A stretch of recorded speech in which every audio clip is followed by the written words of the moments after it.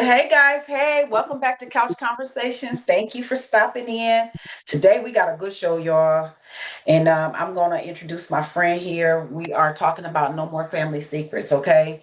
So let me just give my little disclaimer to you all that are listening. Listen, there may be some things that is going to be said today that may be triggering, okay? I am not a therapist, I am just a life coach, okay? So if you think that you'll be triggered by talking about family traumas and things like that, I suggest you probably log off and maybe just take care, take a listen at it a little bit later.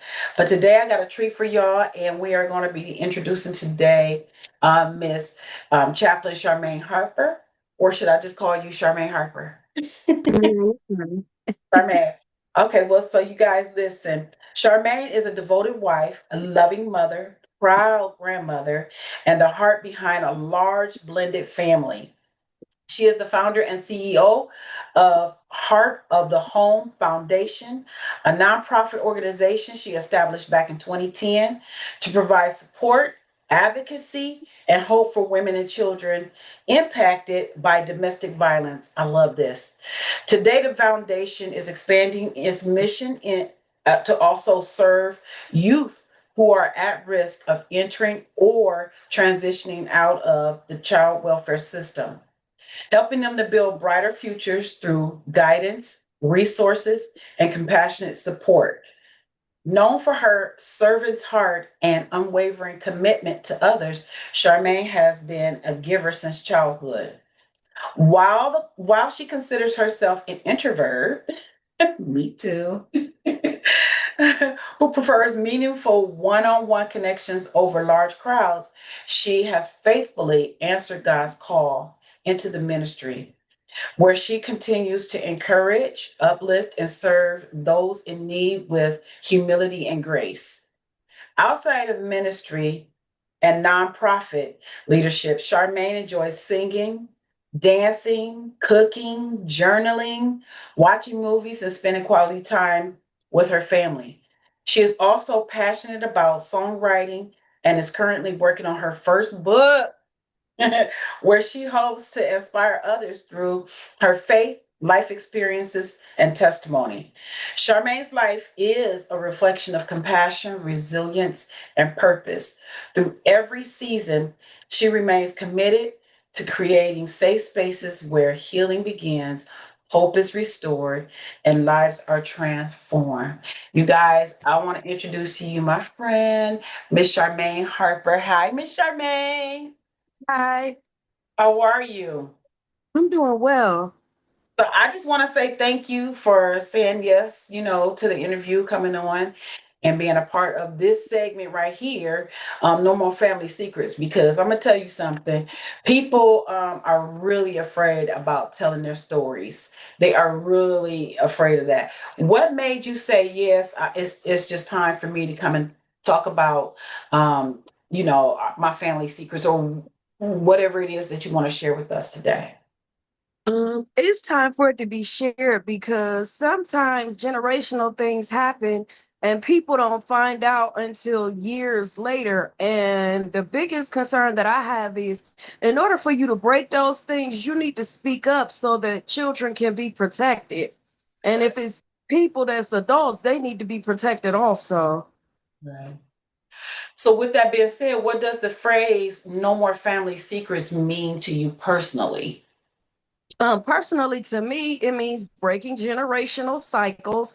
It also means healing, just healing, but also being able to be able to overcome those battles that others have gone through, Mhm. so that the next set of family members won't have to go through those things. Yeah. You're right about that. And do you believe that there was like a defining moment where you felt like, okay, these family secrets, they're just causing more harm? They did for years. I broke free a few years back Mm. because of some situations that happened in my life. And it just, I was approached and I was like, wait a minute, and when they approached me, I had to break it down. I had told my mom years ago, but she was doing her Mhm. thing. She wasn't listening. But a few years back, she heard exactly what I was saying. Wow. Actually, it's been about 5 years, 4 or 5 years. Mhm. But and she said, that's why you was acting like that. And sometimes we can carry anger and not realize it because of the hurts we've gone through continually, and even from childhood up to adulthood. And it doesn't feel good, but sometimes you don't even realize you operating like that until you start to get healed. Absolutely. So what was it like when you finally told your mother, like, hey, listen, this has happened to me? What was that like? She was, Mhm.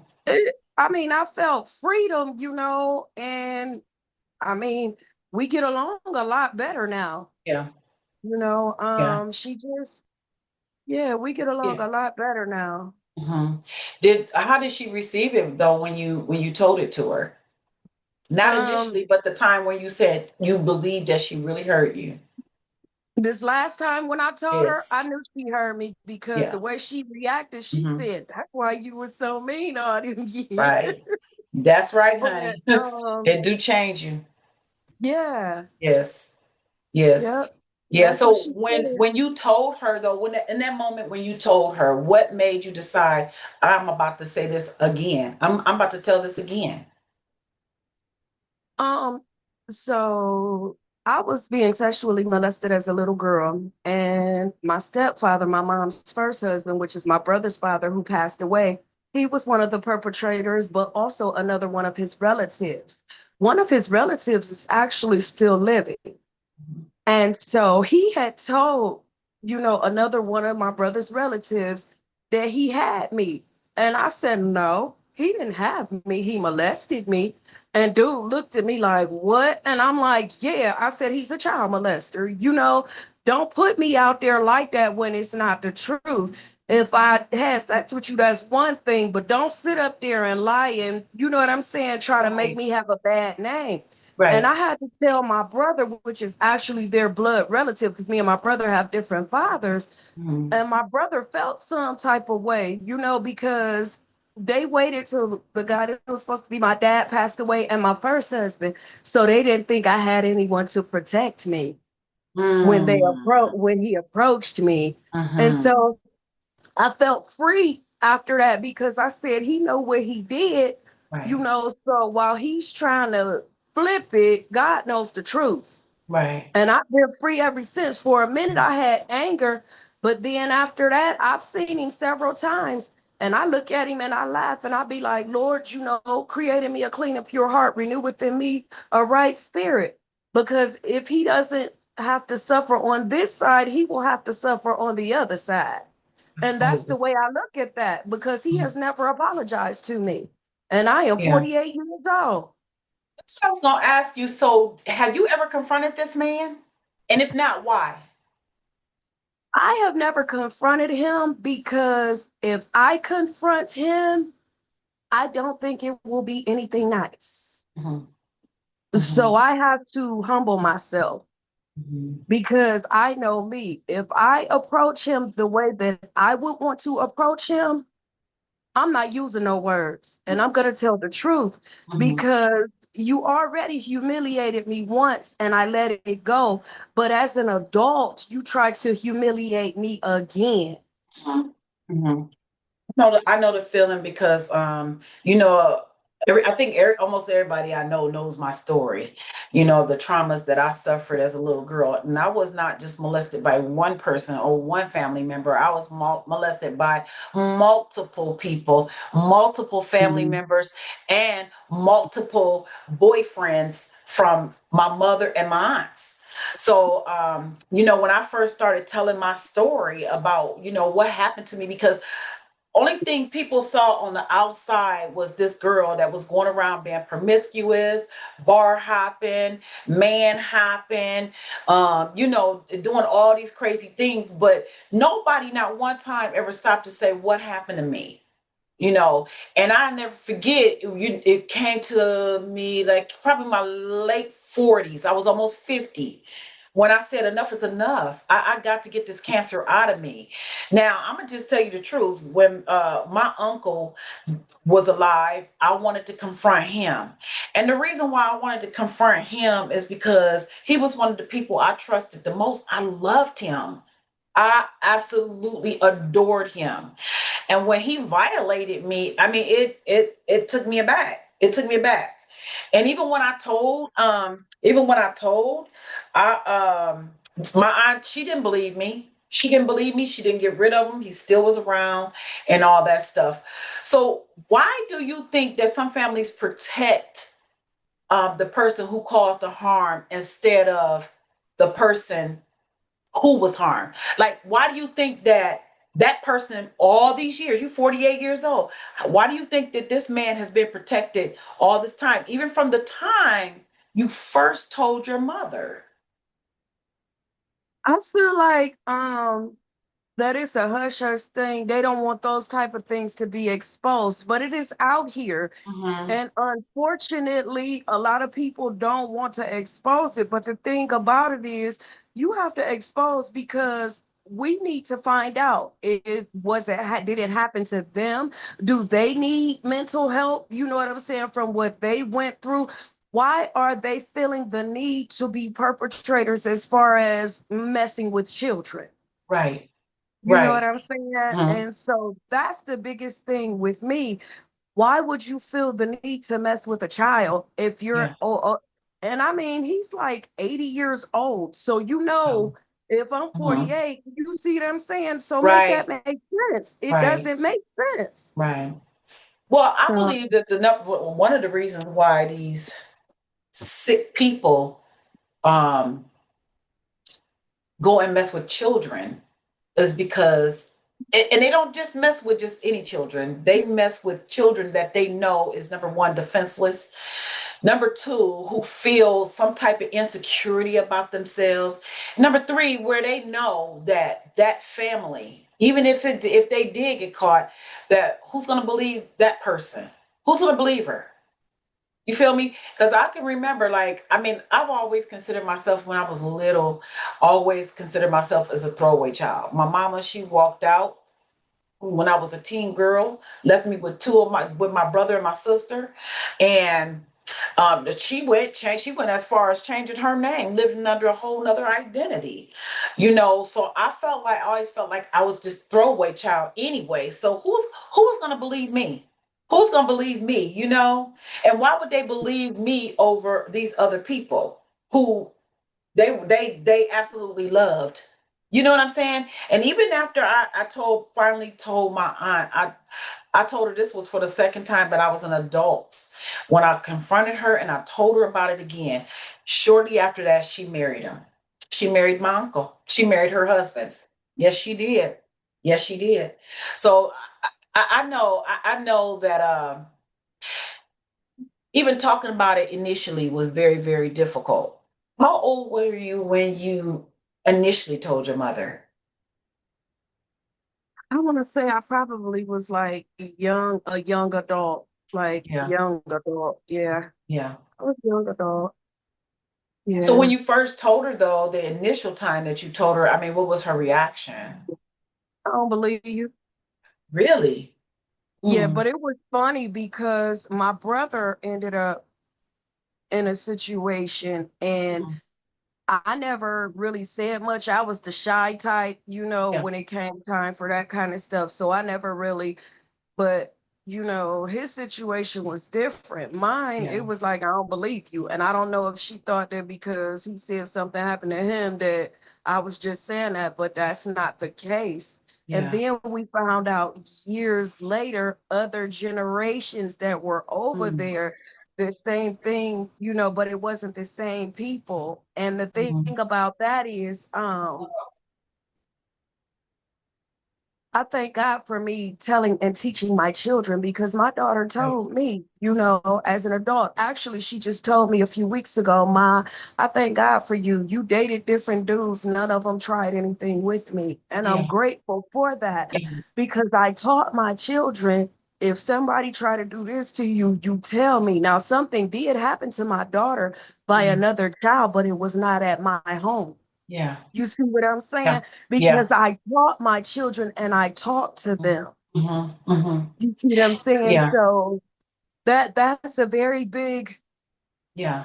Yeah. so So how do you think that these family secrets have affected your identity, and then how it shaped your relationships with people? Because I, like you just said, you went through this, so you made sure this is something that you taught your daughter. I can remember I me taught my telling my sons kids. also. Yeah, I Yeah. taught my Mm-hmm. sons Yeah. also. As far as relationships, now when I had my daughter, I was 17. And it was rough because he broke up with me because I wouldn't get an abortion with her. So Mm-hmm. that was another type of hurt. You Mm-hmm. see what I'm saying? And Yeah. so from there, going on and on and on, it just was hurt after hurt. But I started finding myself being more insecure. And I used to be Mm-hmm. very small. And Mm-hmm. so even when I had my daughter, people didn't believe I had a baby because I was still small. But then I had another daughter and she was stillborn. So I started putting on the weight because I had dudes that they weren't physically abusive, you know what I'm saying? But I didn't really know how to receive the love because of the hurts that I had went through. Right. Right. And so I went through a lot of relationships. Some of them, I always say, most of them were good relationships. They just were not the one for me. You know what I'm Absolutely. saying? Mm-hmm. Because I can't say they were all bad. Now Mm-hmm. I have had some bad relationships. They Yeah. never physically touched me, but they verbally tried to Mm-hmm. mentally break me down. I Mm-hmm. had a few of those, but for the most part, most of the guys that I've dated, most of them I can go back, you know what I'm saying? Hi, how you doing? Things of that nature. Even my children's fathers. You see what I'm saying? Because I had to learn it wasn't them, it was me because of my insecurities. A lot of Yes. it was. Right. So you saying that you definitely saying that because of what you went through, it shaped your identity. It has made you who you were at that time, not today, but at No, in that no, time. not today. No. Yeah, that was then. Yeah. Yeah, right. Because I know, like, even with my children, when they were growing up, they were not allowed to spend the night places. I didn't want my kids really like being alone in the room with other people, unattended, because kids are curious, and especially you don't know what trauma this other kid has been through that they may come and introduce to your child. So I had always told them, I said, listen, y'all can't spend a night nowhere, but they can definitely come over here and spend the night. But Mhm. how do you think that your trauma, that what you went through, how do you think that it shaped your identity? It shaped my identity because number one, I have a little bit more, not a little bit, a lot more discernment, number one. Yeah. Number two, I've learned to be able to be humble no matter what. Um, it takes a lot for me to get angry, whereas it used to be everything. I used to get so mad because I used to be scary because of what I had went through. And I used to get bullied a lot, and my mom then made me start fighting. And so when I became a teenager, I would let stuff build up in me. And if you make me mad, you know what I'm saying? After so much buildup, I would just start swinging, because I had so much anger. I didn't have self control. And the Lord had to deal with me. I think I was about 19 or 20, my last fight. And he told me, he said, you either gonna kill them or you either gonna get killed, you Wow. know? And so he started dealing with me with my self control and everything, when it came back then. And I haven't had a fight since then, a physical fight, because God has taught me. Now, I will get angry, and I might swing at the air or something to kind of let some air out, but I haven't Mhm. physically had to lay hands on somebody, Yeah. literally, because I've learned a lot more self control, but I have to learn coping mechanisms for myself to help me. And when I feel people like that coming around me, I have to remove myself because if I don't, I know what'll try to come back up. So I don't Wow. even be around people who make me feel like that anymore. Because if anger builds up in me to where I feel like that, I already know what the outcome is going to be. And Right. it's not a good thing because I literally black out. Right. So Yeah. that I don't like that feeling. Yeah. Yeah, I actually had to take anger management, and I took anger management several times. But that was way prior to telling my story. Once I was able to tell my story and get that cancer out, I was able to control my anger a lot more. Now, people are like, they don't know what to expect. Because, first of all, if I feel like you are going to unbalance my peace, I don't even not let you in this space. I am very, very intentional about who I allow close to me. I never was that intentional because of the things that I went through. I lacked boundaries. I didn't have boundaries. I allowed people to do whatever they wanted to do to me, say whatever they wanted to say to me. I allowed people to use me, abuse me, including my own children. Okay. And a lot of it, especially with my kids, it was because it was out of guilt, because not being the best mom. And I wasn't the best mom because of the things that I went through. I didn't know, how to fix myself. And even when I went to therapy, it was like, talking to these people, and it felt like the only thing that I was doing was talking. There were no solutions. And I'm telling you, it was probably towards the end of my 40s, right before I right before I wrote my book, my first book. And that's when God started dealing with me about the situation. He was like, listen, you're going to have to do something different. Okay. You got to do something different. So, and I did. I started moving towards that. But let me ask you this. How do you begin healing, especially when you have to still deal with these same people that either hurt you or allowed this hurt to happen? First of all, my biggest thing is learning to love yourself. When you learn to truly love yourself, like you said, with the boundaries, I even had to set boundaries with my mom because I used to be my mom's caregiver. And I still see my mom and everything, but once I started to set boundaries and stuff, I stopped working for my mom. Our relationship is better. I ended up meeting my second husband because my first husband had passed away. Once I started setting boundaries, he sent me another husband, which I had asked for because I loved being married. Not only that, but you have to take care of yourself. The Lord has me on a journey right now to where I was always taking care of everybody else. Back in 2022, I was right at 400, and I've gotten all the way down to 334, and I've Oh, kept it girl. on. And so I'm trying to lose more, you know what I'm saying? I have some other internal issues that I'm finding out about myself. Nothing major or anything, but I'm learning how to do better self-care. You know what I'm saying? I wasn't really into makeup and stuff. Now I'm selling Mary Kay and I'm Yeah. wearing eyeliner and stuff. Yes. I'm trying to learn to take better care of me, not just mentally, but physically, Yes. emotionally, and financially. Yes. And that's the thing with me. I was so off balance because I was helping everyone else, including my children. And what I love about my husband that I have right now is he sets boundaries. He'd be like, babe, you need to sit down. You're doing too much. You tired? No, we're not doing that. And sometimes I get angry, but it's the truth. And I never had nobody to say, look, babe, you need to slow down. You need to sit down. You know what I'm saying? And I love that about him because he's making sure I am okay. And a lot of people don't like it. I have relatives right now that are blocked because every time I talk to them, my peace is gone. You Mm-hmm. know what I'm saying? And I'm no longer doing that. Right. So, my relationship with my mom, I talk to her mostly every day. I talk to my brother on a regular, but as far as, and I talk to my children, but as far as all of that other foolishness, Mm-hmm. Right. I'm not doing that Exactly. no more. I'm not going to do it. Exactly. And you know what? People feel like, oh, that's my mom, that's my daughter, that's my cousin, that's my aunt.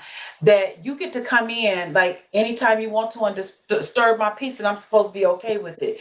Girl, let me tell you, my baby girl told me one time, and this is where I made the hard pivot. I made the hard pivot and I made some hard choices. My baby girl told me, she said, Mom, why? Every time somebody come to you with an issue or a problem, why do you always have to make it your problem? And I was like, oh, they're gonna, yeah, because my phone got cut off. Well, hold on, let me go get your phone. My electric is off. Well, hold on, that's it. You know, and she's like, you Well, I have got see to once stop. upon a time. Yeah, yeah. I've been And I there. started taking a look at myself with that. I was like, oh no, now, honey, it's a whole different story. And when I started telling people, no, I wrote a whole book about it called The Power of Hell No. I have learned how to, yes, I did, honey. I learned how to tell people no, but lovingly.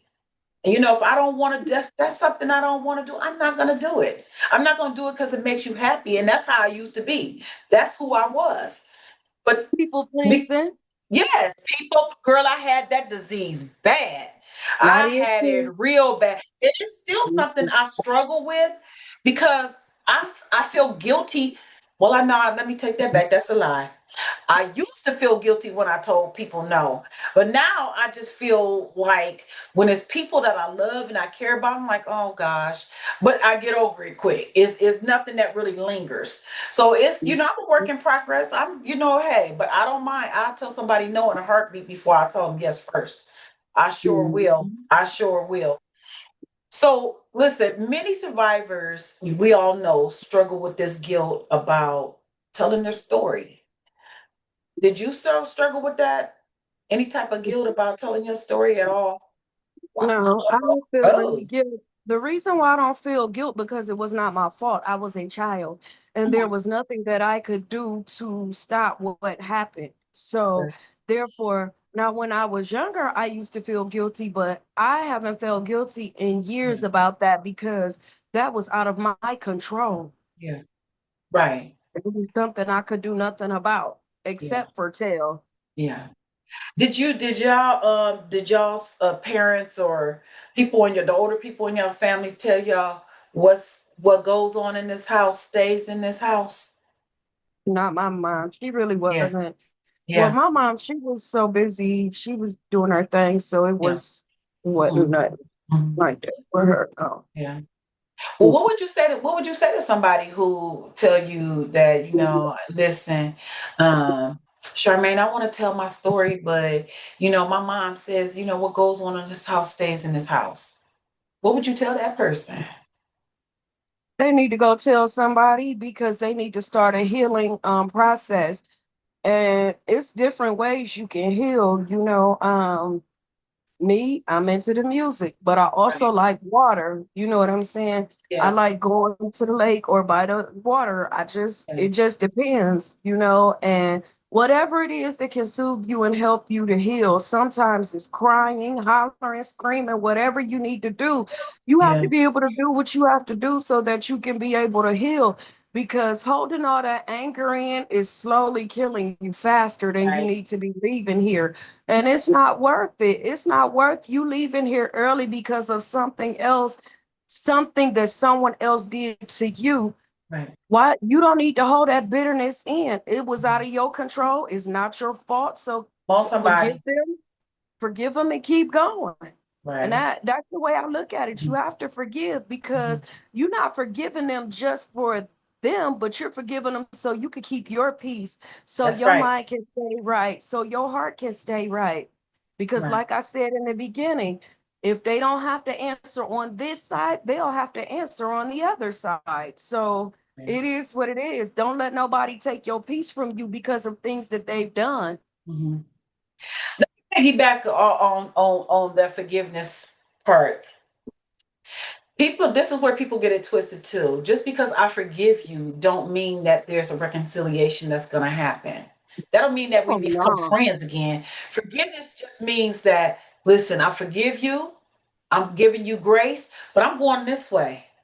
And that don't mean that you come this way with me. you know, and especially in this situation. I have my aunt, where her husband was one of the people who molested me as a little girl. Um, she, I forgive her, even when I forgive her that she did not protect me, but me and her, we will never have a relationship. We would just never have a relationship. When I see her, I'm cordial with her. I'm cordial. I'm never gonna disrespect, or anything like that. And then I give her grace too because of some of the things that she's been through, and she was young. She didn't know what to do. She didn't know how to handle that. But on the same hand, you were still my aunt, and you were supposed to protect me, and you didn't. So like I said, I give her grace. I give her grace and I forgive her. But I Mhm. just choose not to have a there won't be a relationship. Not ever. Not ever. Mhm. And I totally wish her will. So let me ask you this. When it comes to your faith, because we have the same father, right? That's right. I know that's Father God. right. When it comes to your faith, how has that helped you when it comes to healing and forgiving people? Stand in the word. Stand in the word. And when I say stand in the word, I mean literally stand in the word. Number one, stand in the word can help you forgive people, but it also can heal you. It can also help you boost up your confidence and your self-esteem when you feel like you down in that slump. You know what I'm saying? Because Yeah. we all go through those things, especially when we feel like we go, here we go with this, going through this thing again. Yeah. But you have to be able to keep your mind transformed so that way when you keep renewing it, you be like, look, that was then, this is now, that's over. Look where I came from, look where I am now. And once you realize you done came a long way and you still here, that means that you still have purpose. That means that God is not through with you yet. He's Right. still breathing that life in your nostrils. So your That's right. assignment on this That's earth is right. not done. Yeah.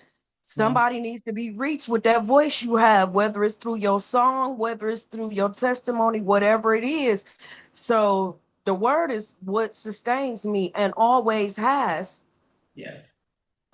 So, what do you think is some of the signs of trauma, unresolved trauma in people, especially like adults? What do you think some of the signs are? Because I can So see them coming, honey. By the way.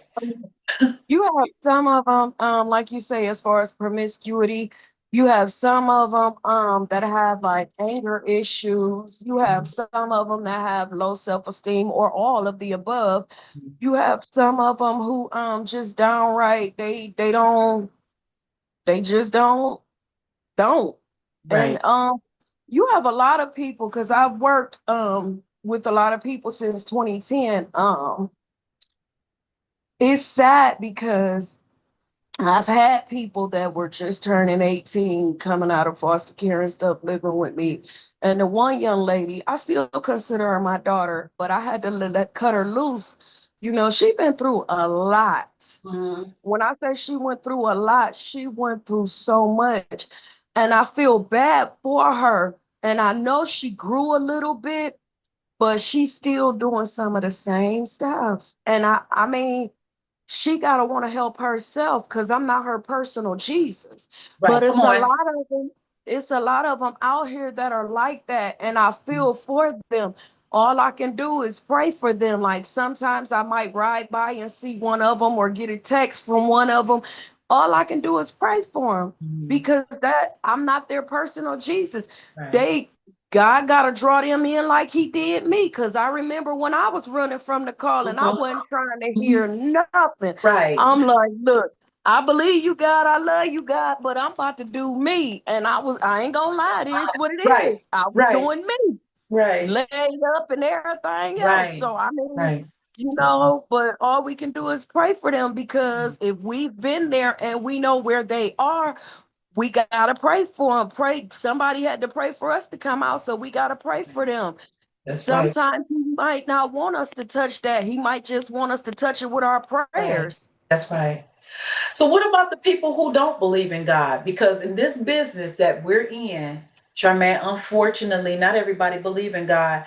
But do that mean that we write them off? Do that mean No. that, you know, that we just ignore them? What about those people who don't believe in God or believe that there's a higher power? No, because you can show people by your lifestyle that you live. Come So on. even if they don't believe, you know what Yeah. I'm saying? They can learn to believe. You know, I've been around those type of people too. And then I be around people to say they believe in God, but they also are into other things. So, you know, you just have to be able to just ask the Lord to help you, you know, how to deal with them and how to be able to show them love regardless. Because he say the love cover a multitude of sin, but it also will help people get healed. And that's the key thing. When you love on people, regardless of their nationality, their race, their creed, whatever, you can draw them in. Yeah. Well, God can draw them in, but you can help them. You Yeah. know what I'm saying? Absolutely. Absolutely, honey. Absolutely. And especially if that person is assigned to you, they don't have to believe in that moment. Not at Hmm. all. You know, but when they're Hmm. assigned to you, they're assigned to you, and that's it, and that's all. And it's sometimes I know there's been many of girls, you know, that I've assisted, you know, um, that I thought there's no way that this little girl can be assigned to me. There's just no way, or that there's no way that this woman can be assigned to me. There's no way. She hateful. She she cuss everybody out. She want to fight. And I'm thinking, God, but it's me. It was me. You know, And isn't that that was crazy me. how Yeah. God would God will pull a you on you? Isn't that something? That I is always something. say So that I say he always assign the people that people don't want to be bothered with to me. And right. I be thinking like, really, God? Yeah, But then right. I had to think about myself like, Charmaine, you know you was a trip. I was a girl. I was off the chain. Do you hear me? You I ain't was got to off the tell chain. me. I be asking God, I'm like, what? No, you was there, honey, because I should have been dead. I'm I, telling you, I have done at some things and I have put myself in some very dangerous situations. And it don't wasn't nobody. nothing but God that, you know, he take care of fools. Mm. Look, and you right, because I'm going to say it like this. I was born and raised in Cleveland, and my mom came here my last year of high school. So you already know. Uh-huh. Man, it was so bad up there. We used to have riots outside the school. Really? Man, girl, Ooh, we. Now you know my husband, that's where he from. That's where he from. Cleveland. Uh-huh. Hold on one second. Oh my goodness. I wonder if this, sorry about that. I think it cut off. Let me see. It might have. Hold on one second. Okay, no, it didn't. But I'm sorry about that. Yeah, he from Cleveland. Cleveland. And I forget what school he went to, but he said his school was off the chain. He I said his went to school was John off the Adams. chain. I went to John Adams until they had closed it down and was getting ready to tear it down to rebuild it. And then before I came here, I was going to Jane Addams. And then when I Oh, came here, I graduated from East High. But John mhm. Adams, it was so bad over there that Yeah. if you touch somebody's car, they had the police up there all the time up there off 116th. I think It that's was where my bad. husband went to school. I think that's where he went to school because he said they used to have rec in the basement and they would have DJs and they be partying. And yeah, I think that's where he said, but I'm not really sure. I'm gonna have to ask him. And I'm asking, he know that about you, that you went to school up in Cleveland. Yeah, my Yeah. mom, all of us are from Cleveland. Most of us, yeah. Oh, okay, okay, okay, okay, Yeah. okay, My mom okay. moved back there, but yeah, Wow. yeah. So, Charmaine, Yeah. how do we break these generational cycles without becoming bitter, without becoming pissed off at our families that these things happen? And I was pissed off. I ain't gonna tell you. I'll tell you the truth I for a was too. long time, for a long time. But how do we go along now that we have spoke our truth? We have said, "Oh, this is what happened to me, and I'm not keeping no more secrets." And so, how do we break this generational curse or whatever you want to call it? By continuing to tell the truth, but also by teaching our children so that they can teach their children, so that they can become aware that predators are out here and that we need to stand on the line and stand in the gap for them, because who's going to protect them if we don't? And Yeah. so with that being said, and when they find out, or if anything happens, seek help immediately, Yeah. because a Mhm. lot of times people, I don't need no counseling. I don't want to go to counseling. If you're holding in bitterness, anger, and rage and things of that nature, you need to go get you some help, because they can teach you Yes. coping mechanisms to help you be able to. They're Hmm. not just therapists. Like I found out for myself, I like to paint. I Yeah. done got so mad a few times where I done painted 2 or 3 rooms. As a matter of fact, three. I done painted the attic. I done painted my bedroom and another one of the rooms. So, because I Yeah. was angry, but that was a coping mechanism Yeah. from me. I like to play the Yeah. games on the phone. I Yeah. like to do my crossword puzzles, find out and I love watching stuff that make me laugh because I'm goofy. Yeah. But, but you just have to find out you can enjoy yourself even though you have gone through things. And laughter is always good for us. Some people don't want to laugh. Why you walking around here mad at the world? They ain't do Right. it to you. You know what Right. I'm saying? Get over that mess and enjoy your life. Mhm. Because it is what it is. It happened. You can't change anything about it except for helping the next generations that come along after you, to teach them so that they can be aware and understand these things do happen. So Mhm. you need to be able to protect the best you can. Right. And I used to ask God, why would you allow this to happen to me? You said you love me. And so why would you allow this to happen to me? When I finally got my answer, I didn't get my answer until like when I was almost 50 years old. And God said, what better person for it to happen to? Somebody else would have broke. And I know people who did. I know people who did. Somebody else would have went crazy. But I gave this assignment to you. This is the assignment I gave to you because I knew you can handle it. And Okay. that's And I'm like, wow. And it's the truth. And it is the truth. It's the truth. But I want to circle back to forgiveness real quick. This person who violated you, um, has there been forgiveness and what does that look like? forgiveness for me is, like you said, being cordial. I will not disrespect unless and I feel I'm being disrespected. But I will speak, I will smile, I will let them know I'm not bitter anymore, because I laid that at God's feet and He's taking care of that. So with that being said, that is no longer my burden to carry, because I laid it at God's feet. Amen. So He has to answer for His consequences. We all have choices to make, and I choose to Yes. forgive him. I laid it at God's feet, and that weight and burden is up off of me. I Yeah. seen him a few times, the first time when I seen him, I'm like, ugh.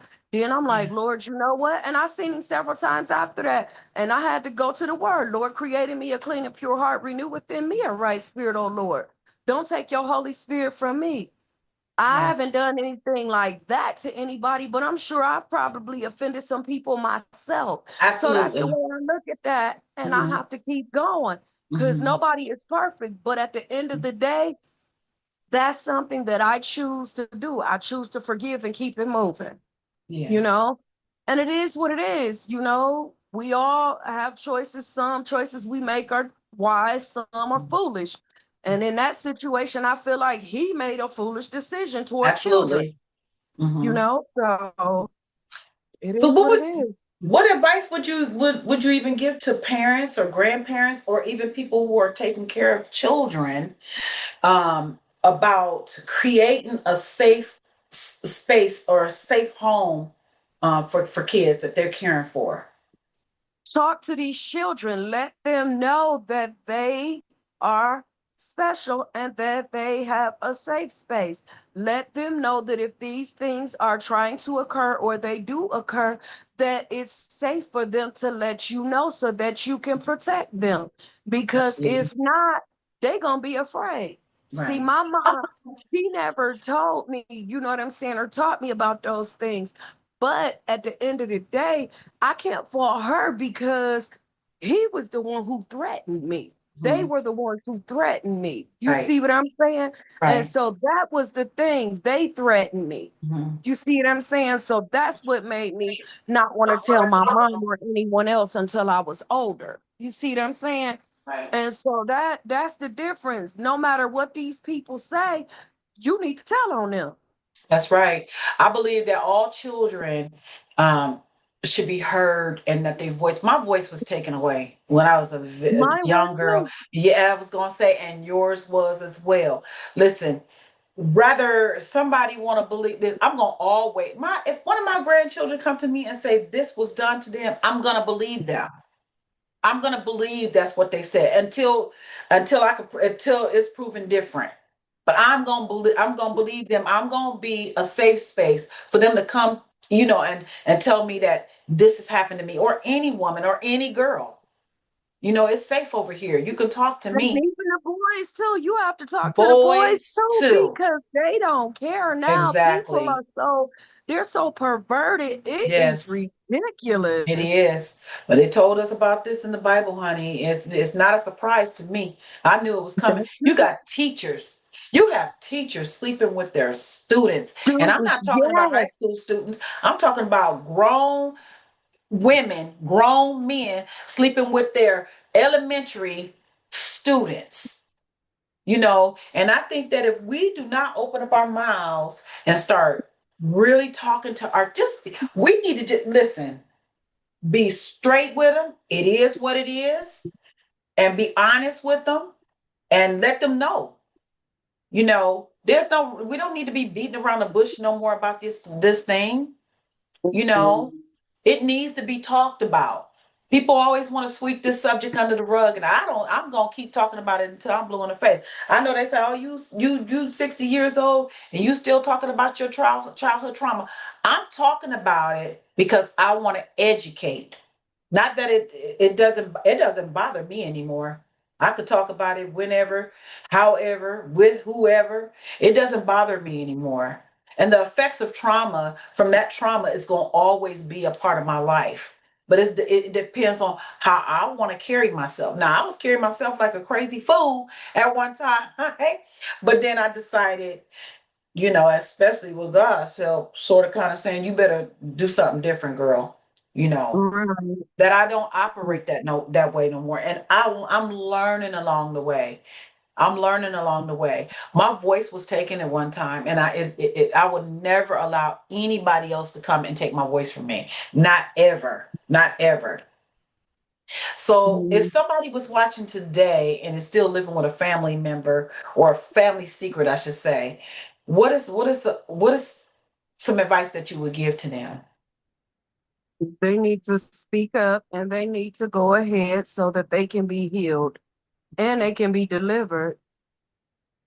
But what's Some the first what's the people first step? What's the first step that you would say if somebody came to you today and said, Miss Charmaine, this is happening to me, or this has happened to me, and I don't know what to do. What would be the first step that you would give them from a child, from a child?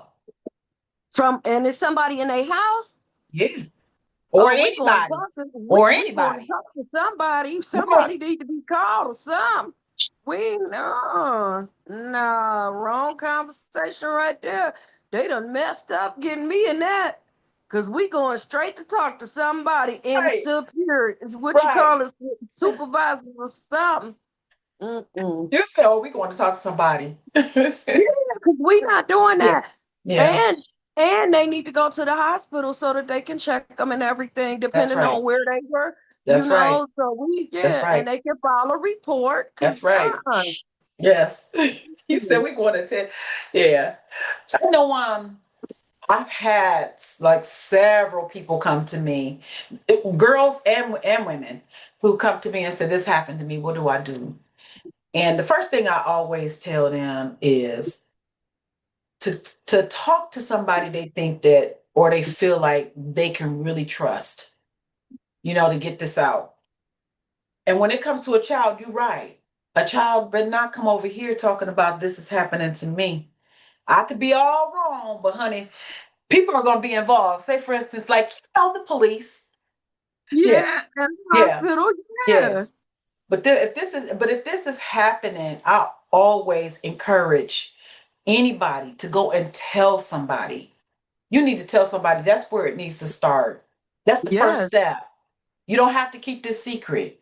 And if somebody's Mhm. saying, well, you did, I'm gonna kill your mama. Like I used to tell my kids, you don't have to worry about if they're talking about they're gonna kill me for you telling. They have to worry about me killing them for putting their hands on you. So you don't have to worry about me. I can handle myself. Okay. Right. But that's what I told my children. That's what I told my children.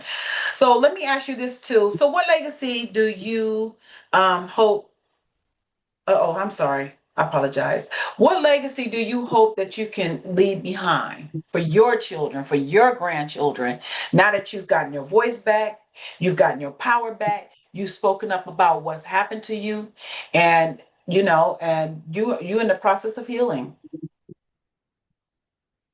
Each one reach one, that's the saying. So make Yeah, sure they speak up so that yeah, they'll be able to tell it, so that they yeah, just tell the truth, And if yeah, these things are happening, just keep telling on them yeah, because somebody somewhere got to stop this yeah. foolishness. It's got to stop. It just has to stop. It really has to stop. And you know what? I would love to look at the statistics again too, because I remember I used to study the statistics. The statistics was alarming. And I got to admit that I have not studied the statistics probably in the last 5 years because not that my focus has changed so much away from um, this subject, but just that I have moved on to other things in reference to helping women heal and helping them to find their voice and things like that. But it's definitely got to stop. And I'm noticing too that there are a lot more people who are speaking up. And I'm proud about that. I'm proud about that. I want to ask you too about your nonprofit. And I want you Hmm. to speak a little bit about what your nonprofit is about. Hmm. So, Heart of the Home, when we first started in 2010, we were helping people, actually, like I said, that was coming out of CSB, but they weren't no longer in CSB. And I had a few of them stay with me. I've helped like women like live with me that needed to be able to get their children back or they were young, like Mm-hmm. 17, 18, and a family member had custody of one, they were pregnant. And so CSB had to come do an inspection for them to stay with me, for them to be able to bring the baby they were pregnant with home from the hospital. I It's a lot. And then I've had a lot of people live with me. And after I got married this time, I was like, nah, because it was too much, and so I'm trying to actually get this property that I'm in fixed so that I can start housing people again. But I actually have a resource to where women that have been battered or their children or sex trafficked or anything of that nature. I have a gentleman whose name is Al. He's on Cuyahoga Falls Avenue, and he's willing to put them in his program to teach women and their children self-defense. I lined up a few people, but they didn't ever show up or call him. Oh But he wow. can get grants. They won't have to pay for it. He can get grants for them to be able to come, and he will teach self-defense and things of that nature to them and their children if they have children, So there are programs out here, I could give resources as far as those of them who until I can get them housed again, like as far as like 211 with the utilities and things of that Yes. nature. We've given away clothes, we've given away Easter baskets at CSB this year, a few of them. I have a picture with that for Mother's Day. I didn't take pictures, but we gave away a few baskets and things of that nature. I have one lady, I just found out she actually just had her baby on the 4th of July. So I'm getting ready to do a basket for her, so it's just different stuff. We get donations as far as like clothes. Sometimes we get like food, different stuff. Now we're trying to do like the personal hygiene and things of that nature also. So, It's and the next step, amazing. yeah, Hmm. and also like I'm gonna see if I can get bus tickets donated for people who Hmm. don't have cars, but they have like to get to and from work or to get like Yes. to appointments and stuff Mhm. and don't have a way to get there. I love all that. When we get off, make sure you text me Al's information and any other resources that you have. Make sure you text that to me so I can put it in this podcast and people can, go to the podcast, the description section, and they'll be able to get that information off because that's very, very, very important. Um, Before we go, I want to read this. This is something that I posted today, and this is one reason why. Um,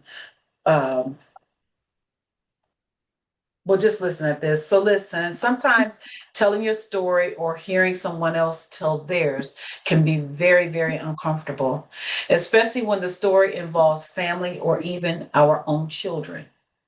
But here's the truth: you cannot stop someone. You cannot stop someone from telling their story or speaking their truth.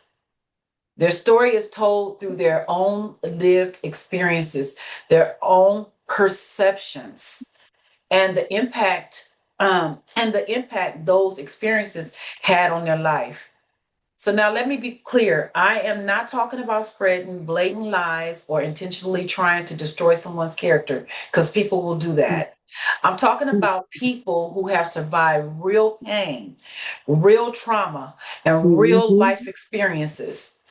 As someone who has endured profound trauma, I know that healing often begins when we finally find the courage to give our pain of voice. No one gets to decide when, no one gets to decide how or if a survivor is allowed to tell their story. At the same time, I also believe there is room for grace. Some people caused harm because they were trapped in generational cycles they never learned how to break. Some simply don't know any better. That doesn't erase the pain they cause, but understanding and accountability can still exist in the same space. And remember this: if people wanted a different part in your story, they should have played a different role. Your story belongs to you, your healing belongs to you, and no one has the right to silence either of us. I wanted to read that because I want people to understand that your story is your story, and you have a right to tell it, period. And I'm going to reiterate this to people out there because this goes for me too. My kids have a story about me, but I can't say that's not true or whatever because it's their perception. But just like I said, telling blatant lies on people, that's one thing. But if this is your perception, if this is how you perceived it, this is your truth, it's your truth. I can't fight you on that. The only thing that I could do is take responsibility and accountability for my part in that story and say that I apologize. Okay. But I'm going to reiterate this so people will understand this. If you want a different part in someone's story, you should play a different role.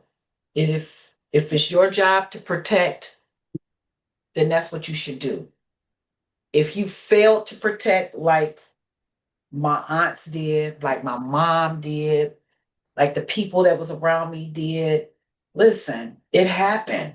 You failed to protect me. And I'm not saying that I hate you. I'm saying that I forgive you and that there's grace there because I get it. I get it. The same way I will ask my own children, to please forgive me and give me grace. because I was young and I didn't know any better, but Mhm. when you learn better, you do You do better and better. you Yeah. teach better. So, Yeah. Miss Charmaine, where can people find you if they want to reach out to you and talk to you and say, "Hey, I want to talk about this." They can call me at 234-706-8959, or they can email me at heart of the home, Heartofthehome 10 @gmail.com. Okay. Make sure that you give me that information in the text so I can put it in the description so people could reach out to you. So again, I just want to thank you for coming on, for telling your story, for telling your truth. I love it. Thank you, thank you, thank you, thank you, and letting people understand that that you have a voice. You have a voice. Use it. Use it. So God bless you, and God bless you and your mom's relationship. I'm glad that it's getting stronger. I'm glad to, even be associated with you. I'm proud of the woman that you've become. And, I can't wait to, be able to get to know you a lot better. So Thank thank you for you. coming on. Appreciate it. You are so welcome. All right, you guys, until the next time. Bye. Bye.